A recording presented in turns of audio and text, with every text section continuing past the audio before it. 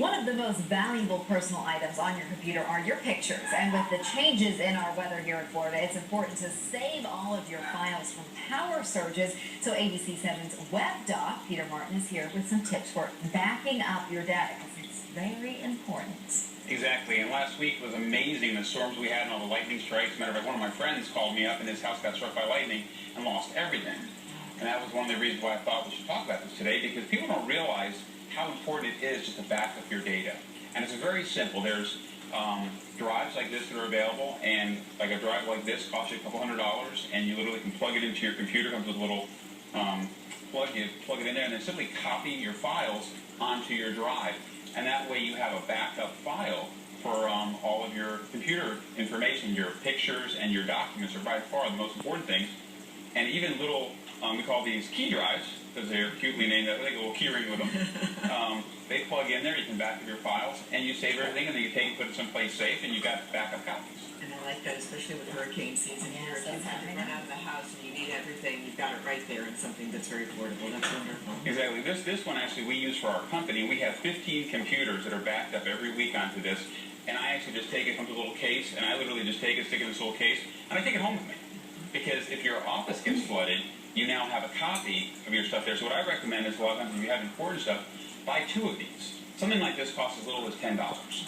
And if you've got your pictures and they're valuable pictures, you can take this, make a copy of it, and perhaps put it in your safe, put it in your office, somewhere not at your house, so it's not right next to your computer. So if you do get a flood or something like that, you don't lose everything right there. And that is important, like you're saying, with the business. You need to continue to operate your business, even if your office is not accessible during a hurricane. And right there, you have all your data. data. And are you recommending that you back up every day, or what is the number of times you need to back up? Well, if you're a business, you should be backing up every week, just because you want to back up your data, because if you lose something, you can always go back and check it. The other thing with businesses I always recommend is that they check, they make sure the backup is actually working. A lot of times we'll have clients and they'll be backing stuff up, and they won't realize that it's not actually backing it up. You should always go back and look.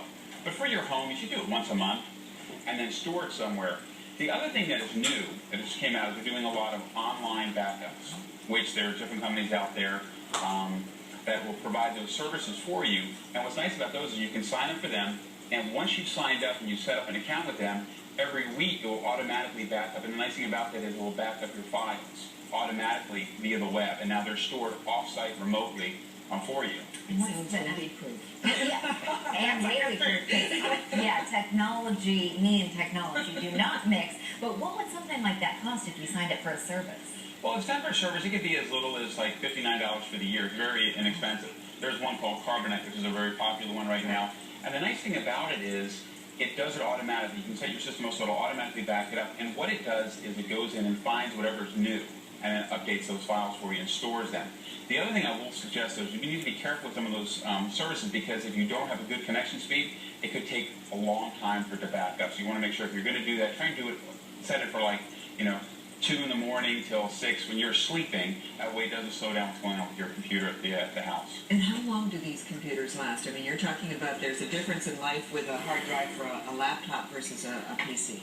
Well, that's another thing that a lot of people don't realize. Computer hard drives don't last forever. They think, okay, I bought a computer, it's going to last forever. A typical hard drive on a computer will last about 5 years. And a hard drive on a laptop will last maybe 3 years. So there's really no rhyme or reason. It's not like they just kind of fade away. Sometimes they do. You'll start seeing problems. But over time, that hard drive is going to fail. It's not a matter of will it fail. It's a matter of when will it fail. So that's why it's always very important, because if you do lose something, if your hard drive does crash and you got it backed up to a zip drive or something like this, you can get a new hard drive and somebody can come in there and literally just load your data back on there. Whereas if you don't have it backed up, the cost to have somebody go in there and try and restore your lost data is very frightening. I've been there, done that.